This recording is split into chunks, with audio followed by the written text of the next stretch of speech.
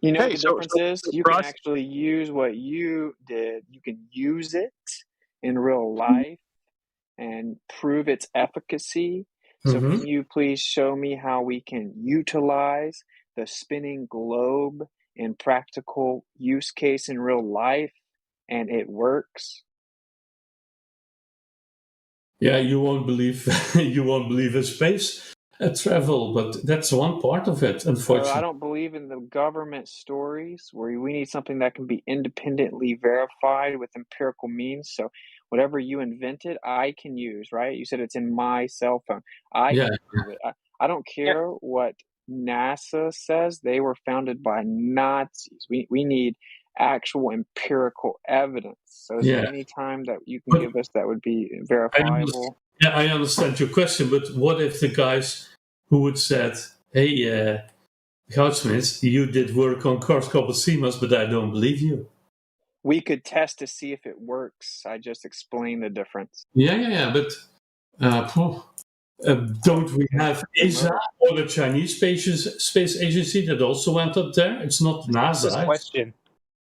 I'm Oh, getting sick so of this debate. another governmental Yeah, okay. entity. Hold on. The guy that idiot you have. Yeah, you're The the idiot. What do you Musk, believe?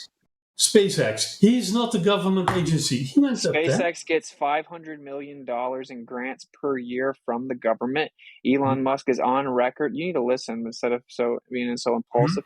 Elon Musk is on record saying that before he could ever go to space, he had to give over all of his computing to the top level over to the federal government for unimpeded Whoa. access.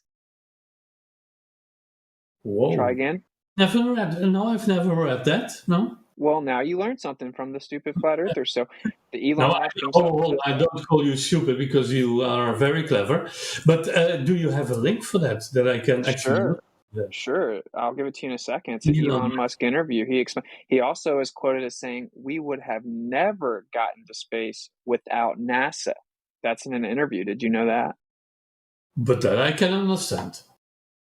He said we could have never gotten to space without Yeah, no, NASA. I understand because NASA wasn't that all based around Werner von Braun, who was the first guy that actually got some fucking rockets into the air and bombarded London with it. What's the relevance of this? You're talking about Werner von Braun, the Nazi? A Nazi who built rockets, who shows that rockets work.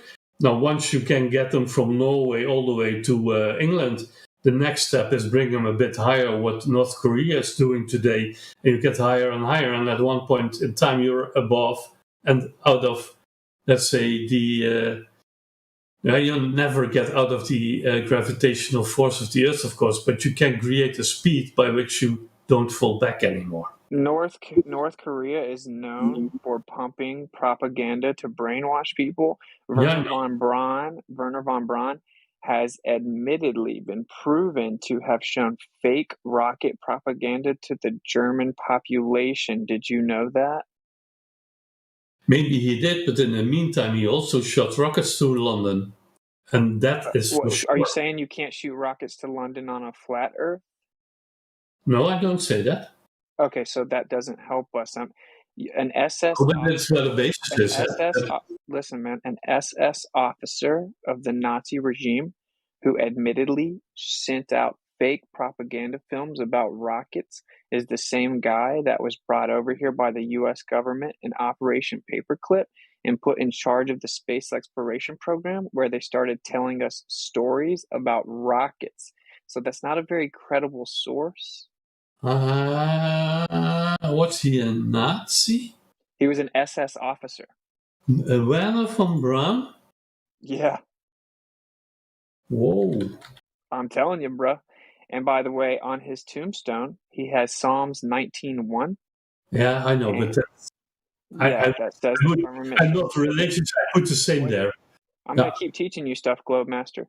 He Yeah. also wrote a science fiction book in the 50s called Project Mars. And in the science fiction book, they found the first civilization ever on Mars. And the main character's title that does this is Elon. Hey, I read here that Werner von Braun was arrested by the Gestapo Wait, what's that book again? What's the book's name It's again? called Sorry. Project Mars. Project Mars. He was an SS officer. I don't care. No, I read it. He seems to be that, but he was also arrested, so he was not that very truthful to the Nazi party, was he? He killed people as an SS officer and showed Yeah, fake rocket propaganda. So if you want a virtue signal for an SS officer, go ahead. no, the asshole did kill a lot of people in England, I'm for sure. And Yes. he was notorious for lying about the very exact thing that he claimed to do later. So we don't believe him. He wrote a science fiction book in the 50s where Elon founds the first civilization in Mars. Do you think that he was a prophet? Coincidence? Because the guy is called Elon. Do you think it's a coincidence that Elon? Yeah, must be. Pure coincidence. Yeah, of course. Did you know Elon Musk's grandfather was arrested for technocracy and found guilty and then appealed it and had to pay a $50 fine and is on quote saying he wants to replace the world's governments with artificial intelligence? But a $50 fine must be a misdemeanor. That was in the 30s. He was found guilty of technocracy.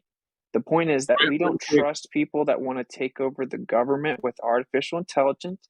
We don't blindly trust governmental agencies that are notorious for lying and working with Nazis. And we don't blindly trust SS officers that lied about rockets.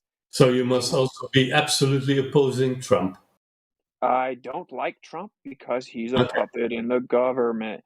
So all this is not secular. Do you understand the major point? Globemaster, can I break this down for you, man? This is the point. If the Earth's a spinning globe, there's 1,000 different ways you could prove it. We don't need to appeal to the authority of fraudulent agencies within the government. There should be verifiable empirical means that you and I can both go test ourselves. Yeah. We know the government lies all the time. The government lies all the time. JFK is the one that said we were going to the moon. At the same time, the government proposed to JFK something called Operation Northwoods, where they were going to kill U.S. citizens and blame it on Cuba so we could go to war with them. Yeah. Okay. This is the same government that worked with Nazis, the same government that blew up our own ship and then claimed it was Vietnam so we could go to war with them. We don't believe in the government's stories. They admit they lie. Operation Mockingbird says they took over all the mainstream media to propagandize the public. In 2011 to 2012, there's something called the Smith-Munn Modernization Act, where they made it legal to propagandize and lie to U.S. citizens under Obama's administration. They also did MK Ultra, where they literally used different processes or different methodologies to brainwash people. In fact, they did this on the unsuspecting public, including college students, construction workers, without their knowledge, literally try to brainwash them without them knowing. This is a very malevolent group of people that have no interest in doing what's best for you and will blatantly lie to you. Admittedly, we need to be able to verify it with real empirical evidence. So can we throw out the appeal to authority? That includes China, who literally have a social credit system and lie to their government, lie to their people about everything. This includes Israel, who lies about everything. We don't need world governments. We need empirical evidence. If there's a globe that spins, we should be able to prove it ourselves. Don't you agree? I agree with that you forgot Watergate. Yeah, there's a million things. We talk forever. What about and the weapons of mass destruction in Iraq? Exactly. But there is this one thing they all have in common. They were exposed. No, actually, most of the time they weren't exposed. They only classified the documents through the. Yeah, but then they were exposed. Yeah, like USS Liberty. Yeah, USS Liberty, where Israel blew up our ship and then they didn't get in trouble. Glowmaster, you need to understand, they didn't come out and admit it. They didn't get exposed. It took decades for these documents to come out because they can only be classified for roughly 5 decades. The Freedom of Information Act made them release them. So we didn't find out about MK Ultra until decades later. So they're lying to us right now, and they don't have to release the information for another 50 years, right? Well, here in my country, it's 20 years. What country is that? It's a cool story. The Netherlands. And we have for top secret, it's like 20 years, 25 years. Okay, so that means that if they're lying to you right now, you're not going to know until like almost 2050. So, That's correct. Yeah. so wouldn't it be naive to think that all of a sudden they're not lying anymore when they've been lying the whole time?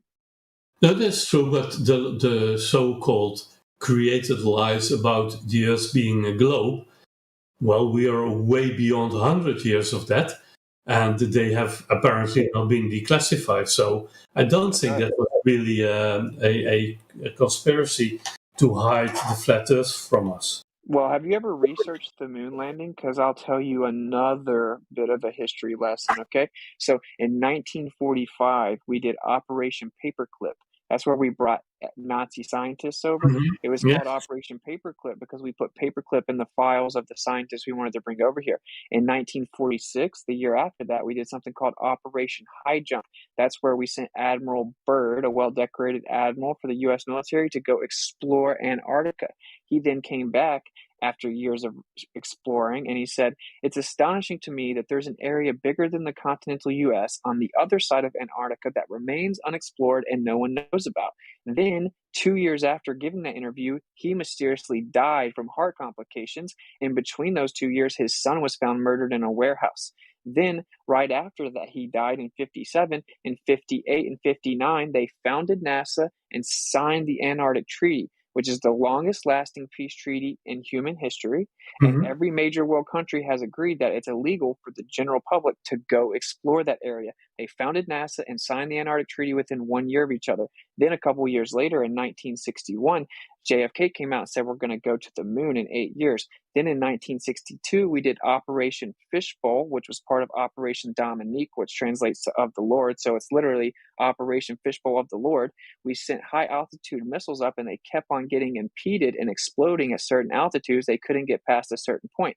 Then we fast forward to 1968 You're and not Stanley Kubrick. counting. I cannot answer all those things one I'm by not one. asking you to answer them. I'm showing you the progress of what Yeah, happened. but I They need went to and answer explored two of Antarctica. them at They went and least. explored, listen, buddy, they went and explored Antarctica. Then they came back and said it's illegal for you to go there. Then they said we're going to the moon. Okay.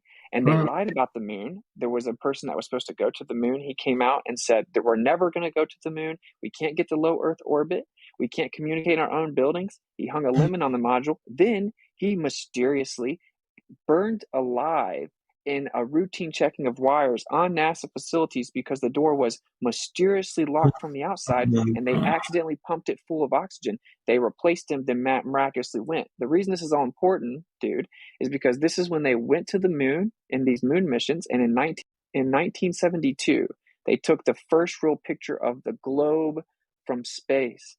They did not claim to have another real picture of the Earth from space all the way up to 2015. If that moon mission was fake, when they supposedly proved it, which it provably was fake, then there was no real picture of the Earth. If you look for them now, they're all admittedly CGI. So where's this evidence that proves the Earth's a globe?